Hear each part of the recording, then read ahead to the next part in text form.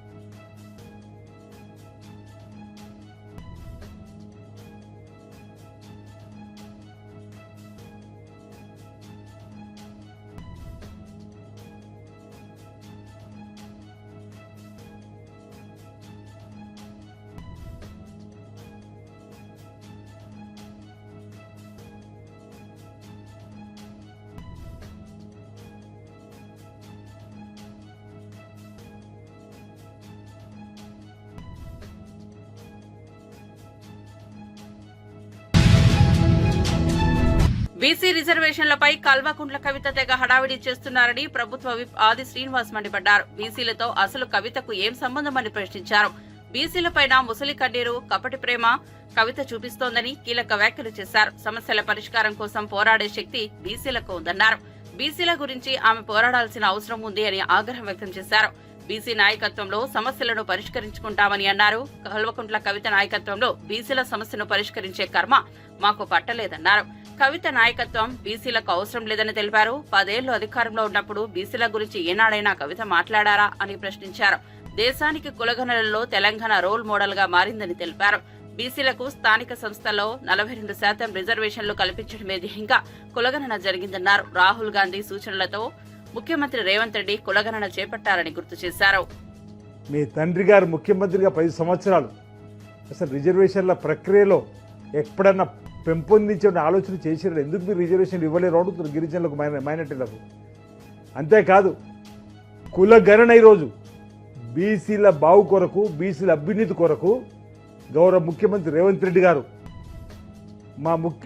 మా అగ్రనేత రాహుల్ గాంధీ గారు ఇచ్చినటువంటి ఆలోచనతోటి ఎవరి ఇస్తా ఇంతో తేలాల్సిందే, వారికి అంతా ఈ దేశ సంపదతో పాటు ఉద్యోగాలు, విద్య, ఉపాధి ఇతరత్ర చెందాలని చెప్పని, రాజకీయ అంశాలు కూడా చెందాలని చెప్పని ఇచ్చినట్టు పిలుపు మేరకు అసెంబ్లీలో మా బీసీ సంక్షేమ శాఖ మంత్రి పొన్నం ప్రభాకర్ గారి ఆధ్వర్యంలో ఒక తీర్మానం ప్రవేశపెట్టుకొని మా గౌరవ ముఖ్యమంత్రి రేవంత్ రెడ్డి గారు ముందుకు పోతున్న సందర్భంలో ఈరోజు దేశానికి తెలంగాణ ఒక రోల్ మోడల్ అవుతుంది. బీసీ జనాభా కుల గణనకు సంబంధించినటువంటి అంశాలు మేము ముందుకు పోతుంటే ఆ కుల గణనలో మీరు పాల్గొనలే, మీ కేటీఆర్ గారు పాల్గొనలే, మీ హరీష్ రావు గారు పాల్గొనలే, మీ కేసీఆర్ గారు పాల్గొనలే. దానికి ముందు సమాధానం చెప్పండి. మీరు ఒకరోజు సర్వే అని చెప్పి తెగ అడవుడు చేసి ఏం తేల్చి రోడ్డునా ఆ సర్వేని అటకెక్కిచ్చారు, మీ స్వప్రయోజనాలకు వాడుకున్నారు. కానీ ఈరోజు ఈ బీసీ కులగణన తేలిన తర్వాత రాబో స్థానిక సంస్థ ఎన్నికల్లో 42% వరకు తీసుకుపోవాలని చెప్పిన సంకల్పంతో మా గౌరవ ముఖ్యమంత్రి ఉండడం కాబట్టి కులగణన పూర్తయింది.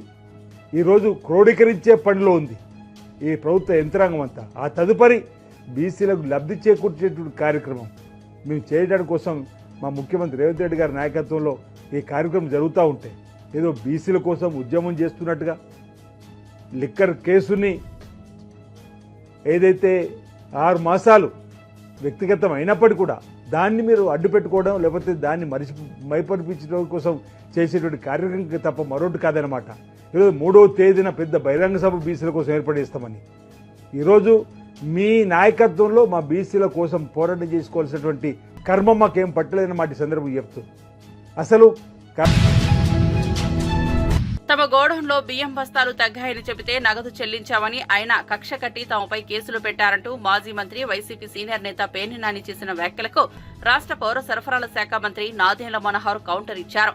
తప్పు చేయనప్పుడు జరిమానా ఎందుకు చెల్లించాలో చెప్పాలని మంత్రి ప్రశ్నించారు. భార్య పేరుతో ఎందుకు లీజు తీసుకున్నారని, గిడ్డంగి ఎవరి పేరు మీద ఉంటే వారి మీదే కేసులు నమోదవుతాయని ఆయన స్పష్టం చేశారు. గోడౌన్లో రేషన్ బియ్యం తగ్గుదలను గుర్తించి పెనాల్టీ చెల్లిస్తామంటూ ముందుగానే లేఖ రాసింది ఎవరో చెప్పాలంటూ ప్రశ్నించారు.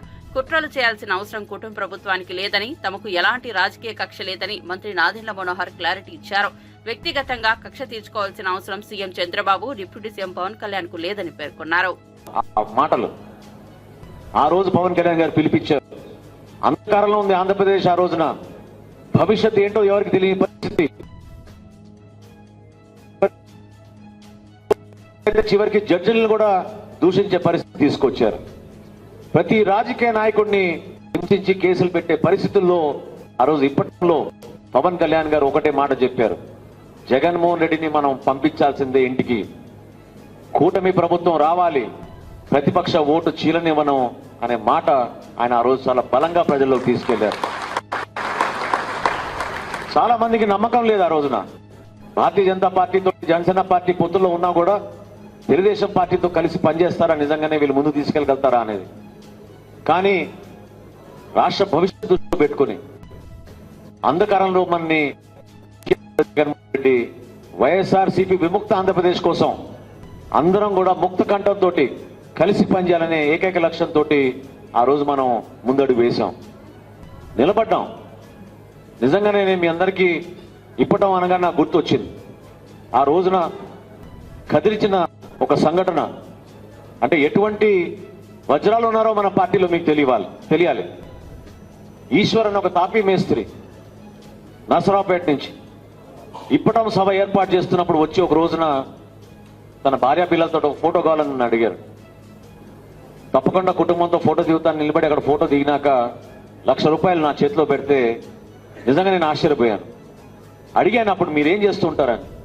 నేను తాపీ మేస్త్రినండి, నరసరావుపేట నుంచి వచ్చాను, పవన్ కళ్యాణ్ గారి ఇప్పటం మీటింగ్కి నా వంతు కంట్రిబ్యూషన్ ₹1,00,000 ఇస్తున్నా అని చెప్పి ఆ రోజున ఆయన ముందుకు వచ్చాడు. బిడ్డల్ని చూస్తేనేమో 2 ఆడపిల్లలు, 6 సంవత్సరాలు 7 సంవత్సరాలు. నాకు చాలా బాధ కలిగించి నేను చెప్పాను, పవన్ కళ్యాణ్ గారు అయితే డబ్బు తీసుకునేవారు కాదు, దయచేసి మీ బిడ్డల చదువు కోసం మీద ఉంచుకోండి అంటే ఆయన అన్న మాట నాకు ఈ రోజుకి బాగా గుర్తు. ఇప్పుడు కూడా నా కళ్ళలో నీళ్ళు వస్తున్నాయి. జనసేన పార్టీ అంటే నా బిడ్డలతో సమానం, అందుకోసమే డబ్బులు ఇస్తున్నాను.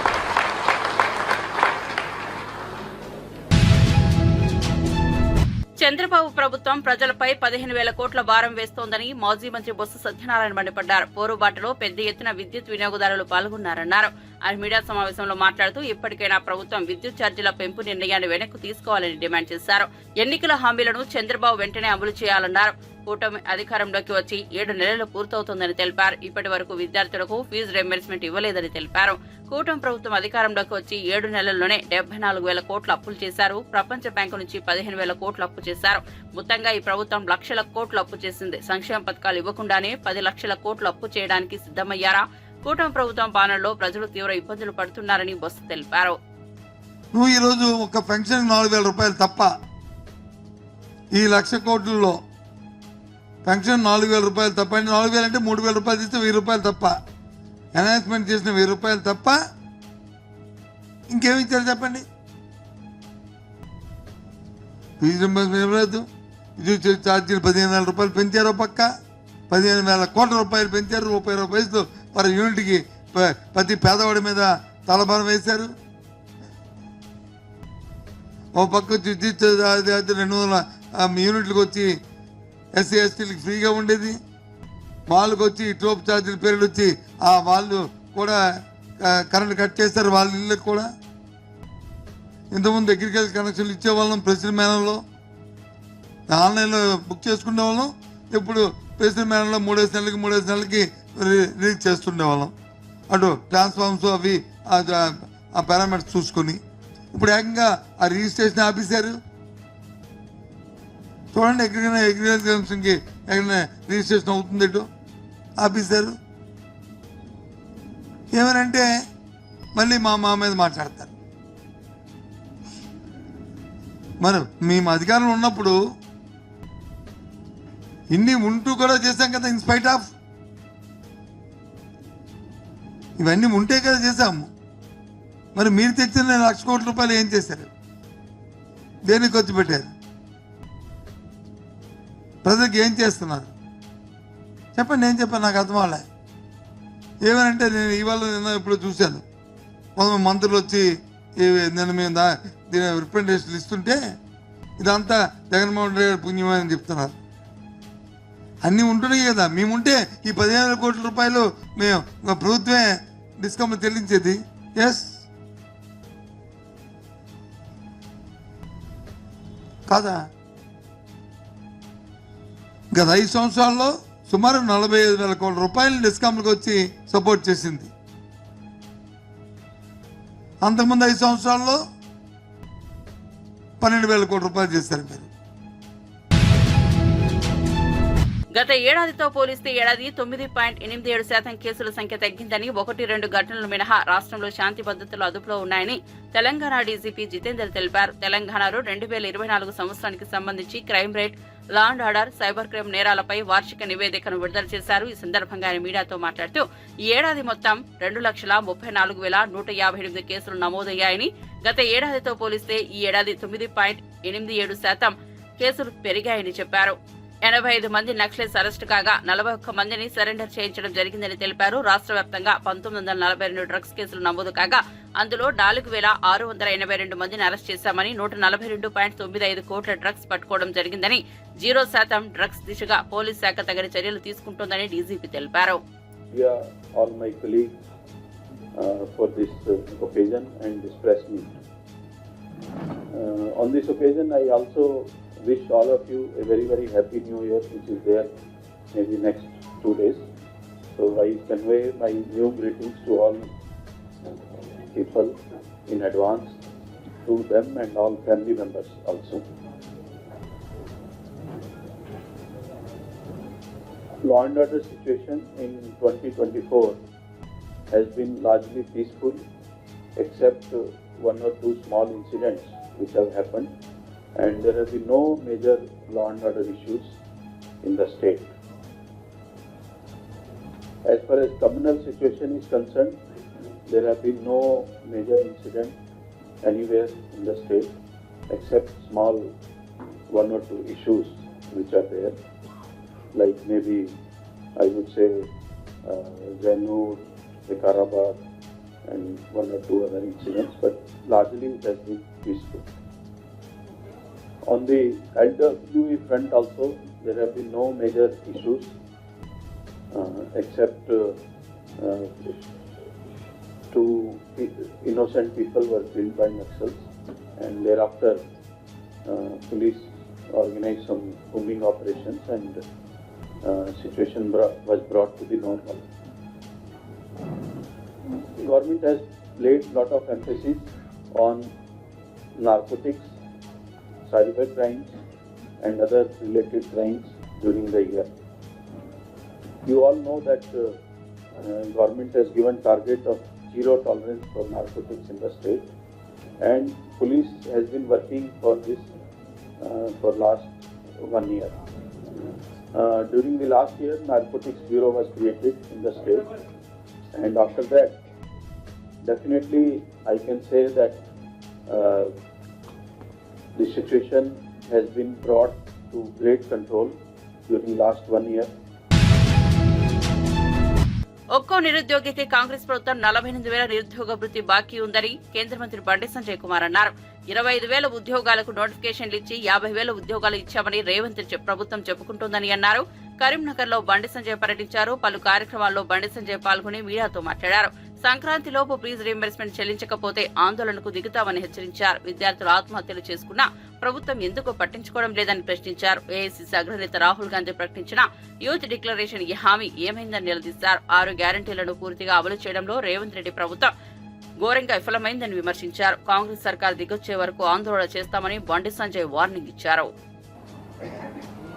48,000 రూపాయలు ఒక్కొక్క నిరుద్యోగ యువకునికి ఇవ్వాల్సిన బాధ్యత కాంగ్రెస్ పార్టీ మీద ఉంది. సంవత్సరం లోపల ఉద్యోగాలు ఇస్తామని చెప్పి ఇంతవరకు ఇవ్వకపోవడం కాకుండా ఇంకా ఆత్మహత్య చేసుకునే పరిస్థితి, కోచింగ్ సెంటర్లు తిరిగే పరిస్థితి. కానీ బయట మాత్రం గప్పాలు కొట్టుకుంటే ఇలా కాంగ్రెస్ పార్టీ టైంపాస్ పాలిటిక్స్ చేస్తున్న విషయాన్ని ఇలా నిరుద్యోగ యువత గుర్తుంచుకోవాల్సిన అవసరం ఉంది. ఇలా నరేంద్ర మోడీ గారి ప్రభుత్వం రోజ్గార్ మేళా పెడుతుంది. ఇలా 10 లక్షల మంది యువకులకు కేంద్ర ప్రభుత్వం ఉద్యోగాలు ఇస్తామని చెప్పి ఇచ్చిన మాట ప్రకారం 2023 ఆగస్టు 22 రోజు రోజ్గార్ మేళా ఫస్ట్ స్టార్ట్ చేసినాం. ఇప్పటికే నేనే స్వయంగా 2-3 రోజ్గార్ మేళకు అటెండ్ అయినా. నేను నిబద్ధతతోని నిజాయితీతోని ఎక్కడ ఎలాంటి అక్రమాలకు పాల్పడకుండా, ఎలాంటి పైరవీలు లేకుండా, దళారీ వ్యవస్థ లేకుండా సరైన పద్ధతిలో నోటిఫికేషన్ తీసుకుంటూ సరైన పద్ధతిలో పేపర్ లీక్ కాకుండా పరీక్షలు నిర్వహిస్తూ ఇప్పటివరకు 14 రోజ్గార్ మేళ నిర్వహించాం. 14 రోజ్గార్ మేళలో 9,25,000 మందికి జాబ్స్ ఇచ్చింది కేంద్ర ప్రభుత్వం. మోడీ గారి ప్రభుత్వం 9,25,000 మందికి కేంద్ర ప్రభుత్వ ఉద్యోగాలు ఇవాళ 2 సంవత్సరాల లోపల ఇచ్చిన విషయాన్ని గుర్తుంచుకోవాల్సిన అవసరం ఉంది. దీనికి కాంగ్రెస్ పార్టీ సమాధానం చెప్పాలి. కాబట్టి కాంగ్రెస్ పార్టీ ప్రభుత్వం వెంటనే దీని మీద శ్వేతపత్రం విడుదల చేయాలి. యూత్ డిక్లరేషన్ మీద రాహుల్ గాంధీ గారు వచ్చి సెంట్రల్ లైబ్రరీకి పోయి సంవత్సరం లోపల 2 లక్షల ఉద్యోగాలు భర్తీ చేస్తాం, నిరుద్యోగ వృత్తి ఇస్తామని చెప్పి ఎవరైతే చెప్పారో వాళ్ళు నిరుద్యోగ వృత్తి ఒక్కొక్క విద్యార్థికి 48,000 రూపాయలు బాకీ ఉంది. వాటి ఇప్పటికి ఇవ్వకపోవడానికి కారణాలు ఏంటి? కాబట్టి ఈ విషయంలో తప్పకుండా మేము కాంగ్రెస్ పార్టీ మీద ఆందోళన ప్రారంభిస్తాం. ఎందుకంటే ఇలా చదువుకుందాండి కనీసం ఇప్పుడు మన కొత్త ఇబ్బందులు స్టార్ట్ అయినాయి. ఫీజు రియంబర్స్మెంట్ 7,000 కోట్ల రూపాయలు బకాయిలు ఉన్నాయి. అవి కూడా ఇన్స్టాల్మెంట్లకే ఇస్తా అంటుంటారు రాష్ట్ర ముఖ్యమంత్రి. గత వైఎస్ఆర్సీపీ ప్రభుత్వంలో అనేక కేసులతో తన కుటుంబాన్ని ఇబ్బందులు పెట్టారని టీడీపీ నేత జేసీ ప్రభాకర్ రెడ్డి తెలిపారు. వైఎస్ఆర్సీపీ నేత పేర్నినాని వ్యవహార తీరుపై ఆయన అనంతపురంలో మీడియాతో మాట్లాడారు. పేదల బియ్యంతో దొంగ వ్యాపారం నడుపుతున్న పేర్నినానికి కుటుంబం గుర్తొచ్చిందా అని ప్రశ్నించారు. గతంలో మహిళల గురించి అసభ్యంగా మాట్లాడిన అంశాలను గుర్తు చేసుకోవాలని సూచించారు. పేర్నినానికి డిప్యూటీ సీఎం పవన్ కళ్యాణ్ గురించి మాట్లాడే అర్హత లేదన్నారు. చంద్రబాబు దయతో ఇవాళ వైఎస్ఆర్సీపీ నాయకులు బయట తిరుగుతున్నారన్నారు. చంద్రబాబు మంచితనం తమను చేతులు కట్టేసేలా చేసిందన్నారు. కానీ మహిళల గురించి అసభ్యంగా మాట్లాడితే ఊరుకునే ప్రసక్తే లేదని జేసీ ప్రభాకర్ రెడ్డి హెచ్చరించారు. విద్యుత్ ఛార్జీల భారం ప్రజలపై పడకుండా ఆ మొత్తం డబ్బులు కూటమి ప్రభుత్వం భరించాలని వైసీపీ నేతలు ఉచిత సలహాలు ఇస్తున్నారు. వైసీపీ ప్రభుత్వ హయాంలో చేసిన సందేహాల్లో రాత్రి అరెస్ట్ చేస్తే ఆయన వయసు ఎంత, ఆయనకి టైం వేయకూడదా? దమ్ము లేని నాయనలేరా ఇప్పుడు కనిపించింది మీకు? మీ ఇంట్లో ఆడవాళ్ళు ఉన్నట్లు నేను చాలా అయితే చెప్పాలండి. ఆడవాళ్ళ గురించి మీ ఇంట్లో ఆడవాళ్ళ గురించి చెప్పాలంటే కానీ మంచిది కాదు, సభ్యత కాదు. కాబట్టి నోరు పూసుకొని ఉంటా.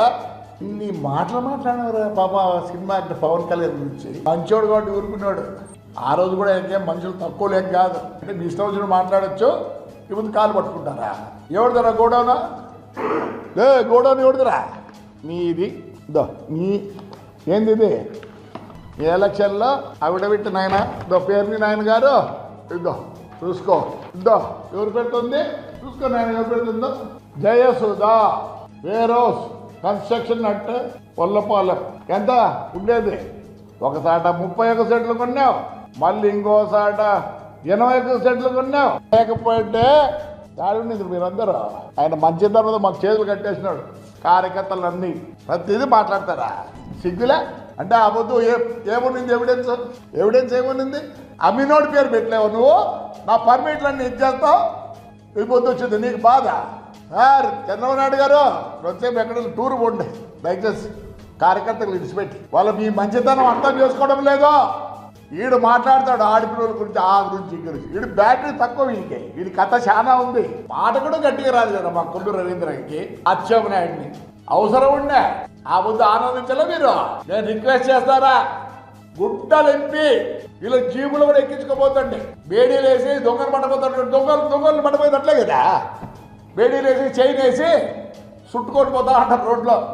ఆ పని చేయండి, నాకు అప్పటికన్నా బుద్ధి వస్తుంది. నీది కాదురా గౌడౌన్, చూపిస్తుంది కదా, నీదే రైతు గౌడౌన్ నీదే. ఈ బారి పెడుతుంది జయసుధా, చెప్పు 1 ఎకరా 12 సెంట్లు ఉంది, చెప్పు. No more bunk bye YSR. ఏమి మనం కష్టపడలే, మనం అందరం కార్యకర్తలము. ఒక్కొరి మీద ఎన్ని కేసులు ఎందుకు రాణిస్తున్నారు? ఎక్కడక్కడ భూములు చేపించుకుంటారు, అన్నీ చేపించుకుంటారు, నదులు చేపించుకుంటారు. వైసీపీ ప్రభుత్వ హయాంలో వేసిన మోత ఇప్పుడు ప్రజలపై పడుతోంది. వైసీపీ ప్రభుత్వమే అప్పుడు డబ్బులు ఇచ్చి ఉంటే అసలు ఛార్జీలు ఎందుకు పెరిగేవి? దీనిపై వైసీపీ నేతలు సమాధానం చెప్పాలని మంత్రి కొలుసు పార్థసారథి డిమాండ్ చేశారు. ఆయన టీడీపీ కేంద్ర కార్యాలయంలో విలేకరులతో మాట్లాడారు. విద్యుత్ సంస్థలకు వైసీపీ ప్రభుత్వం ఇవ్వాల్సిన డబ్బులు ఎక్కుంటుంది అని, అవి గత్యంతరం లేక ఛార్జీలు పెంచాయి. ఆ విషయాన్ని కప్పిపెట్టి వైసీపీ నేతలు రోడ్ల మీద ధర్నాలు చేస్తున్నారని తెలిపారు. చంద్రబాబు ప్రభుత్వం మిగులు విద్యుత్తో రాష్ట్రాన్ని అప్పగించి వెళ్తే జగన్ తన 5 ఏళ్ల పాలనలో ఆ రంగాన్ని కుప్పకూల్చాడన్నారు. లేవనేది వాస్తవం. కేవలం జగన్ అవినీతి, అదేవిధంగా కక్ష సాధింపు చర్యల మూలంగానే ఈ విద్యుత్ వ్యవస్థకి ఈ దుస్థితి పట్టిందని చెప్పేసి నేను మనవి చేస్తా ఉన్నాను. 5 సంవత్సరాల గత ప్రభుత్వ పరిపాలనలో 10 సార్లు విద్యుత్ ఛార్జీలు పెంచి దాదాపు 32,000 కోట్ల రూపాయల భారాన్ని ప్రజల మీద వేసిన విషయాన్ని మరి ఈరోజు ఒకసారి జ్ఞాపకం చేసుకోవాల్సిన అవసరం ఉంది, ప్రత్యేకంగా వైఎస్ఆర్ కాంగ్రెస్ పార్టీ నాయకులని చెప్పేసి మనం చేస్తాను. మైలవరం సోలార్ ప్లాంట్లపై దాడి చేసి ఏదో కొంప మునిగిపోయింది, నేనేదో ఉద్ధరించేస్తాను అని ప్రజలకి కల్లబొల్లి మాటలు చెప్పి అసెంబ్లీని పక్కదోవ పట్టించే విధంగా మాట్లాడి 7,000 మెగావాట్లకి ఉన్న అగ్రిమెంట్లని రద్దు చేసి ప్రపంచం అంతా కూడా ముక్కును వేలేసుకునే విధంగా చేశారు. కేవలం రద్దు చేయటమే కాదు, ఆ రద్దు మూలంగా ప్రపంచవ్యాప్తంగా ఈ రాష్ట్ర ప్రభుత్వం మీద గత ప్రభుత్వంలో నమ్మకం కోల్పోయి పెట్టుబడిదారులు ఎవరో కూడా ఈ రాష్ట్రానికి రావడానికి భయపడిపోయారని చెప్పేసి మనం చేస్తా ఉన్నాను.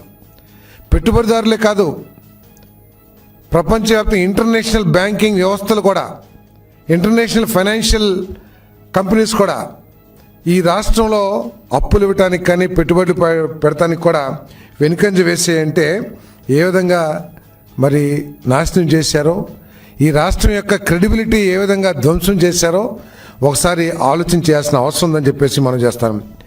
అదే కనుక ఆ పీపీఎల్ అంత ముందు ప్రభుత్వం చేసుకున్న పీపీఎల్ని గౌరవించి చేసినట్లయితే తక్కువ ధరకి విద్యుత్ లభించడమే కాకుండా ఇంకొంతమంది పెట్టుబడిదారులు వచ్చి కొన్ని వేల మెగావాట్లు ఇప్పుడు వస్తున్నారు, చాలామంది కొన్ని గిగావాట్ల సోలార్ పవర్ ప్లాంట్లు పెడతానికి రాష్ట్రం ఇప్పుడు ప్రస్తుతం ఉన్న చంద్రబాబు నాయుడు ప్రభుత్వం అనేక అగ్రిమెంట్లు చేసుకున్న విషయం మనం చూస్తూ ఉన్నాం. అంతేకాకుండా దేశవ్యాప్తంగా ఉన్న పెట్టుబడిదారులు ఇక్కడికి వచ్చి ఈ విద్యుత్ ఉత్పత్తి కేంద్రాలు ఏర్పాటు చేస్తానికి ఏ విధంగా ప్రయత్నం చేస్తున్నారో ఒకసారి ఆలోచించాలి. అదే కనుక గతంలో కనుక అటువంటి పీపీఎల్ రద్దు చేసే దుశ్చర్యలకి పాల్పడకుండా ఉన్నట్లయితే ఇంకా రాష్ట్రంలో వ్యవసాయ రంగం సంక్షోభంలో కూరుకుపోయిందని, రైతు సమస్యల పరిష్కారంలో కూటమి ప్రభుత్వానికి చిత్తశుద్ది లేదని నెల్లూరు జిల్లా వైఎస్ఆర్సీపీ అధ్యక్షుడు మాజీ మంత్రి కాకాని గోవర్ధన్ రెడ్డి ఆక్షేపించారు. కూటమి ప్రభుత్వం రైతులకు శాపంలా మారిందన్న ఆయన రాష్ట్రంలో రైతు ఆత్మహత్యల పరంపర కొనసాగుతోందని ఆవేదన చెందారు. ఇప్పటి వరకు 95 మంది రైతులు ఆత్మహత్య చేసుకున్నారని అధికారికంగా చెబుతున్నా అనధికారికంగా ఆ సంఖ్య 150కి పైనే ఉంటుందని వెల్లడించారు. చంద్రబాబు ఎప్పుడు అధికారంలో ఉన్నా రైతులకు ఇబ్బందులు తప్పడం లేదని నెల్లూరులో మీడియాతో మాట్లాడిన కాకాని గోవర్ధన్ రెడ్డి గుర్తు చేశారు.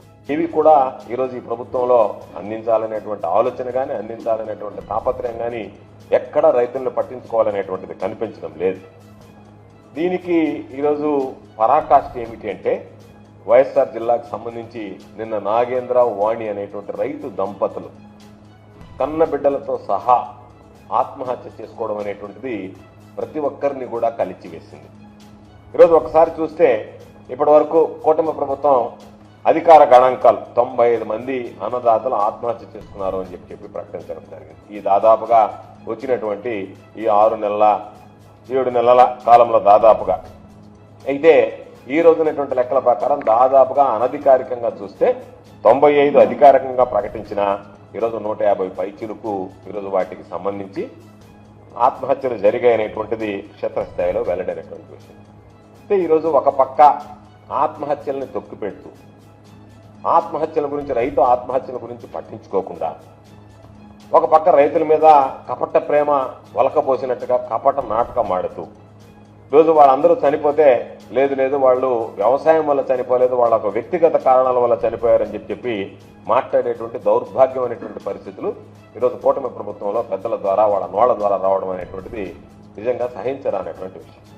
ఒకసారి చూస్తే చంద్రబాబు నాయుడు ఏ రోజు ముఖ్యమంత్రిగా ఉన్నా వ్యవసాయానికి సంబంధించి రైతులకు సంబంధించి అవి నిజంగా పాపం దుర్దినాలుగానే ఆలోచించాల్సినటువంటి పరిస్థితి. వాళ్ళకి దురవస్థ, పడరానటువంటి పాటలు, అనేక రకాలైనటువంటి ఇబ్బందులు రైతాంగానికి ఈరోజు చంద్రబాబు నాయుడు ఏ రోజు ముఖ్యమంత్రిగా ఉన్నా సరే అటువంటి పరిస్థితులు దాపురిస్తాయనేటువంటిది ప్రతి ఒక్కరికి తెలిసినటువంటి విషయం. అందుకే చంద్రబాబు నాయుడు నోటుకుండా సాక్షాత్తు ముఖ్యమంత్రిగా ఉన్నప్పుడే వ్యవసాయం దండగా అని ఆయన సెలవు ఇవ్వడం జరిగింది గతంలో. అయితే ఈరోజు ఇప్పటికీ చంద్రబాబు నాయుడు అనేక సార్లు ముఖ్యమంత్రి కావడం దిగిపోవడం జరిగినా మరలా ముఖ్యమంత్రి అయినా 62% మంది ఎవరైతే ఉన్నారో జనాభాలో వ్యవసాయం మీదనే ఆధారపడి గ్రామీణ ప్రాంతాల్లో వ్యవసాయమే ప్రధానమైనటువంటి వృత్తిగా ఈరోజు జీవించేటువంటి పరిస్థితి ఏర్పడింది. నేను పరిశ్రమలు తెచ్చాను, ఆర్థికంగా ఎంతో పురోగతి తీసుకొచ్చాను, ఎంతో ప్రగతి సాధించాం అన్ని రంగాల్లో అని చెప్పినా దానికి సంబంధించినటువంటి ఆ వ్యవసాయం, ఆ భూములు, వాటికి సంబంధించినటువంటి ఆదాయం దాని మీద ఆధారపడేటువంటి. ఏపీలో టీడీపీ ఒక దుష్ట సాంప్రదాయాన్ని నెలకొల్పడం చేస్తున్నారని వైఎస్ఆర్సీపీ లీగల్ సెల్ రాష్ట్ర అధ్యక్షుడు ఎం మనోహర్ రెడ్డి మండిపడ్డారు. ఆయన మీడియాతో మాట్లాడుతూ కడపలో మున్సిపల్ కార్పొరేషన్ సమావేశంలో స్థానిక ఎమ్మెల్యే నానా అల్లరి చేశారంటూ ఆగ్రహం వ్యక్తం చేశారు. బయట వ్యక్తులను తీసుకొచ్చి సమావేశం జరగకుండా గొడవ చేశారని, గాలివీడియోలో కూడా ఇదే తరహాలో టీడీపీ నేతలు వ్యవహరించారని మనోహర్ రెడ్డి నిప్పులు చెరిగారు. దాదాపు 90% మంది అధికార పార్టీకి చెందిన వారనే విషయం అందరికీ తెలుసు. కూటమి ప్రభుత్వం అధికారంలోకి వచ్చిన తర్వాత రాష్ట్ర వ్యాప్తంగా ఈ సమావేశాలను రసావస చేయడానికి, అదేవిధంగా తెలుగుదేశం వాళ్ళు అక్రమంగా ఎలాంటి అర్హత లేనప్పటికీ ఆ సభల్లో పాల్గొనడానికి వచ్చే ఆ సమావేశాలను జరగనీయకుండా చూస్తున్న విషయం రాష్ట్ర వ్యాప్తంగా మనకు తెలుసు. కడపలో కూడా 2 సార్లు జరిగింది మున్సిపల్ కార్పొరేషన్ సమావేశం లేకి. అక్కడ లోకల్ ఎమ్మెల్యే ఆ సమావేశం జరగనీయకుండా బయట వ్యక్తులను లోపలికి తెచ్చి పోలీస్ బందోబస్తుతో నానా అల్లరి చేసి వైసీపీ కార్పొరేటర్ల పైన, మేయర్ పైన దాడి చేసి అక్కడ సమావేశాలు జరగకుండా చేయడం కూడా మనం చూసాం.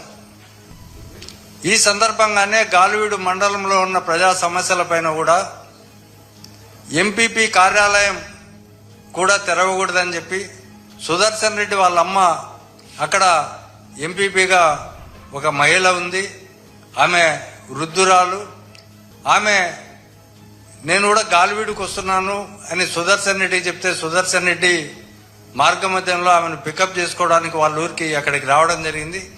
ఇది తెలుసుకున్న టీడీపీ శ్రేణులు 10 నిమిషాల్లోనే చుట్టుపక్కల వారిని అందరినీ సమీకరించి దాదాపు 100 మందికి పైగా సమీకరించి కారం పొడి అలాగే పెప్పర్ ఇలాంటివన్నీ పట్టుకొని వీళ్ళపైన దాడి చేయడానికి ప్రయత్నం చేసిన సందర్భం అది. ఈ సందర్భంలోనే చాలా ప్లాన్డ్గా అధికారులతో కుమ్మక్కై అధికారులను ప్రలోభాలకు గురి చేసి అక్కడ ఎంపీడీఓని ప్రలోభానికి గురి చేసి సుదర్శన్ రెడ్డి దౌర్జన్యం చేశాడని చెప్పి ఒక కట్టుకథ కల్పించి తెలుగుదేశం పార్టీ దాడులను, వైసీపీ పైన చేస్తున్న దాడులను మరుగునపరచడానికి ఒక ప్రయత్నం జరిగింది. ఈ సందర్భంగానే పోలీసులు వ్యవహరించిన తీరు చాలా దారుణమైన పరిస్థితి, ఖండించదగ్గ పరిస్థితి. ఎందుకంటే సుదర్శన్ రెడ్డి జెడ్పీటీసీ అప్పులు చేయడంలో కూటమి సర్కార్ దూసుకెళ్తోందని ఎద్దేవా చేశారు మాజీ ఆర్థిక మంత్రి బుగ్గన రాజేంద్రనాథ్ రెడ్డి. ఇప్పటి వరకు మొత్తం 1,12,750 కోట్ల అప్పులు చేశారు. ఇప్పుడు రాష్ట్రం ఏమవుతుందో చెప్పాలని బుగ్గన డిమాండ్ చేశారు. అలాగే ఈ అప్పులు ఎవరు కడతారని ప్రశ్నించారు. ఇదే సమయంలో మేనిఫెస్టోలో ఇచ్చిన ఏ ఒక్క హామీని కూటమి నేతలు అమలు చేయడం లేదని తెలిపారు. 20,000 రూపాయలు వచ్చిందండి ఎవరికి? దీపం ప్రతి ఇంటికి 3 గ్యాస్ సిలిండర్లు ఈ మధ్యలో పావు దీపం అంటే ఒక సిలిండర్ ఇచ్చినారు ఈ సంవత్సరానికి. దాన్ని అర్ధ దీపం అనాలన్నా, పావు దీపం అనాలన్నా, ఏం దీపం అనాలన్నా మళ్ళీ దాన్ని. ఆడబిడ్డ నిధి ప్రతి మహిళకి 1,500 రూపాయలు నెలకు అంటే 18,000. అందుకనే నీకు 15 వీడియోలో నీకు 15 చూసిన తర్వాత ఒక పెద్ద అమ్మాయి వస్తే నువ్వు కదమ్మా నువ్వు బడికి పోవడం లేదు నీకు 18. ఎందుకు 18 అంటే 1,500 × 12 కాబట్టి. ఉచిత బస్సు మహిళలకు బస్సు ప్రయాణం అంటే ఎక్కడి నుంచి ఎక్కడికైనా కానీ శ్రీకాళహస్తి నుంచి ఇచ్చాపురం పోవచ్చు, ఇచ్చాపురం నుంచి గుంటూరుకు రావచ్చు, గుంటూరు నుంచి నెల్లూరుకు పోవచ్చు, ఫ్రీ బస్ ప్రయాణం వచ్చిందండి ఎవరికన్నా? పోనీ దీనికి కేటాయింపులు ఏమన్నా చేసినారా? ఎందుకంటే ఇవన్నీ కూడా చేయాలనంటే సుమారైన డబ్బులు అవసరం ఉంటాయి. తల్లికి వందనంకు ఈ బడ్జెట్లో 83 లక్షల మంది, వాస్తవానికి 83 లక్షల మంది చదివే పిల్లలు ఉన్నారు. వాళ్ళకందరికి కూడా ఇవ్వాల్సి వస్తుంది. ఎంత? 15,000 చొప్పున. అంటే ఎంత అవసరం ఉంటుంది? 12,450 కోట్లు అవసరం ఉంటుంది. 12,450 ఎంతండి కేటాయింపులు చేసినది? 5,386. అంటే 12,450 గాను 5,386. అంటే అర్థము తల్లికి వందనం లేనట్లే కదా ఈ సంవత్సరం. పోనీ ఇంతకుముందు అమ్మఒడి మా ప్రభుత్వంలో జగన్మోహన్ రెడ్డి గారు అమ్మఒడి అని చెప్పి కుటుంబానికి, పిల్లలు బడికి పోయే కుటుంబానికి తల్లికి 15,000 రూపాయలు ఇచ్చేవారు. ఈ సంవత్సరం అది కూడా ఇవ్వనట్లే కదా. ఇంతవరకు లేదంటే ఇంకేమి ఇస్తారు? ఇవ్వనట్లే. దీపం 1,49,00,000 మంది ఉండగా అవసరం ఉండేది 3,955 కోట్లు. అంటే ఇంచుమించు 4,000 కోట్లు అవసరం ఉంటే ఈ సంవత్సరం కేటాయించినది ఎంత బడ్జెట్లో? 895 కోట్లు. అంటే ఒక్క సిలిండర్కు పరిమితం చేసేసినట్లే కదా, 3 బదులు. ఆడబిడ్డ నిధి 2,07,29,444 మంది మహిళలు ఉన్నారనమాట. అంటే ఇంచుమించు 2,07,00,000 మంది అని అనుకుందాం. 37,313 కోట్లు అవసరం ఉంటుంది. ఈ సంవత్సరం ఏమి ఒక్క రూపాయి కూడా కేటాయించలేదు. అన్నదాత సుఖీభవ రైతులు 53,53,000 మంది రైతులు ఉండగా 10,706 కోట్లు అవసరం ఉంటుంది వీళ్ళకి అందాజుగా. కానీ 1,000 కోట్లు బడ్జెట్లో కేటాయింపు. అంటే 10